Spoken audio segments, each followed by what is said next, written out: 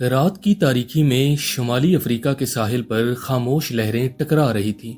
ایک لشکر خیموں میں سو رہا تھا جبکہ ایک شخص تنہا کھڑا سمندر کو دیکھ رہا تھا۔ وہ شخص طارق بن زیاد تھا، نگاہوں میں عزم کی چمک اور دل میں ایک ایسا فیصلہ جو تاریخ کے دھارے کو ہمیشہ کے لیے بدلنے والا تھا۔ افق کے پار اندلس کی سرزمین تھی جہاں ظلم کی دھند پھیلی ہوئی تھی اور طارق کے دل میں ایک خاموش پکار مسلسل گونج رہی تھی۔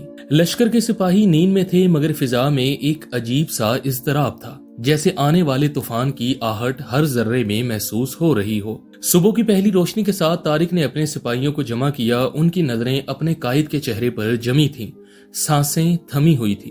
کشتیوں کا بیڑا تیار تھا، سمندر پر ہلکی دھند چھائی ہوئی تھی اور ہر سپاہی کے دل میں ایک سوال تھا کہ آگے کیا ہونے والا ہے۔ طارق نے خاموشی سے سمندر کی طرف دیکھا، پھر اپنے لشکر کی طرف مڑا۔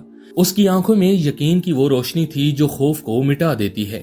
کشتیوں نے سفر شروع کیا، لہریں بلند ہوئیں، ہوا نے شدت اختیار کی اور ہر سپاہی اپنی تقدیر کی طرف بڑھ رہا تھا، دل میں دعا اور امید لیے۔ کئی گھنٹوں کے بعد اندلس کے ساحل نمودار ہوئے، زمین قریب آ رہی تھی اور ہر لمحہ ایک نئی داستان کے آغاز کا اشارہ دے رہا تھا۔ جب لشکر ساحل پر اترا تو خاموشی چھا گئی۔ زمین اجنبی تھی مگر قدم مضبوط تھے۔ ہر سپاہی اپنے قائد کے پیچھے بے خوف کھڑا تھا۔ طارق نے ساحل کا جائزہ لیا، پہاڑ بلند تھے، فضا میں خاموشی تھی اور دور کہیں دشمن کی سرزمین اپنی تقدیر کے انتظار میں کھڑی تھی۔ اچانک ایک حکم دیا گیا، کشتیوں کو آگ لگا دی گئی۔ شعلے بلند ہوئے اور سپاہیوں کے چہروں پر حیرت اور خاموش سوال ابھرنے لگے۔ آگ کے شعلے آسمان کو چھو رہے تھے، واپسی کا راستہ ختم ہو چکا تھا اور اب صرف آگے بڑھنا ہی واحد راستہ باقی رہ گیا تھا۔ طارق نے اپنے لشکر کی طرف دیکھا اور آواز بلند کی۔ الفاظ میں ایسی گونج تھی جو دلوں میں اترتی چلی گئی اور ہر خوف کو ختم کرتی گئی۔ لشکر کے چہرے بدلنے لگے، آنکھوں میں خوف کی جگہ عزم نے لے لی اور ہر سپاہی اب ایک نئی قوت کے ساتھ کھڑا نظر آ رہا تھا۔ پہاڑوں کی طرف پیش قدمی شروع ہوئی، زمین سخت تھی اور راستے دشوار تھے مگر قدم رکے بغیر آگے بڑھتے جا رہے تھے۔ اندلس کی سرزمین پر دشمن کو خبر ملی، قلعوں میں ہلچل مچ گئی اور ایک بڑی فوج طارق کے مقابلے کے لیے تیار ہونے لگی۔ طارق نے اپنی فوج کو ترتیب دیا، ہر دستہ اپنی جگہ کھڑا تھا۔ خاموشی میں صرف ہتھیاروں کی ہلکی آوازیں سنائی دے رہی تھی۔ پہلی جھڑپ ہوئی، تلواریں ٹکرائیں، گھوڑے دوڑے اور میدان میں ایک ہلچل پیدا ہوئی جس نے سکون کو چکنا چور کر دیا۔ دشمن کی تعداد زیادہ تھی مگر طارق کے سپاہیوں کے قدم مضبوط تھے۔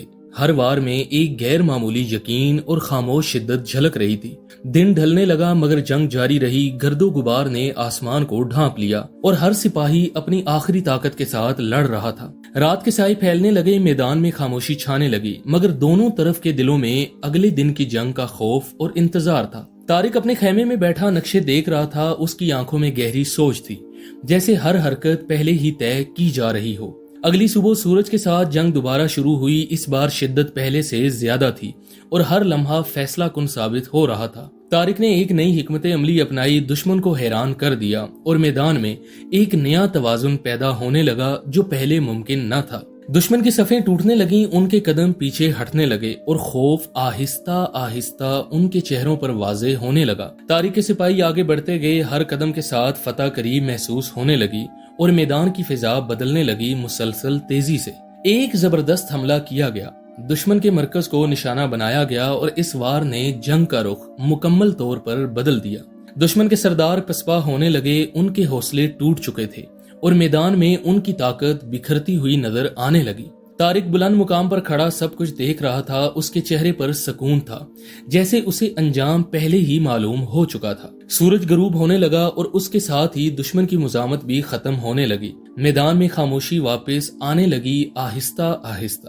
طارق کے لشکر نے میدان پر قبضہ کر لیا، ہر طرف تھکن اور خاموشی تھی مگر ایک غیر محسوس کامیابی کی فضا بھی موجود تھی۔ اندلس کے دروازے کھلنے لگے، شہر ایک ایک کر کے سامنے آنے لگے اور ایک نئی تاریخ اپنے صفحات لکھنے لگی۔ طارق نے احتیاط سے پیش قدمی جاری رکھی، ہر قدم سوچ سمجھ کر رکھا تاکہ کوئی بھی خطرہ اچانک سامنے نہ آئے۔ مقامی لوگوں کی نظریں اس لشکر پر تھی، حیرت اور خوف کے درمیان وہ خاموشی سے اس تبدیلی کو دیکھ رہے تھے۔ قلعے ایک ایک کر کے فتح ہوتے گئے اور ہر کامیابی کے ساتھ طارق کا نام مزید گونجنے لگا۔ ایک لمحہ ایسا آیا جب سب کچھ رک سا گیا، ہوا میں ایک عجیب سکون تھا جیسے طوفان گزر چکا ہو۔ طارق نے افق کی طرف دیکھا، وہی سمندر دور نظر آ رہا تھا جہاں سے یہ داستان شروع ہوئی تھی، ایک خاموش رات میں۔ اس کے چہرے پر گہری سنجیدگی تھی، جیسے وہ جانتا ہو کہ یہ سفر صرف آغاز تھا اور آگے مزید کہانیاں لکھی جائیں گی۔ اندلس کی سرزمین پر شام اتر آئی،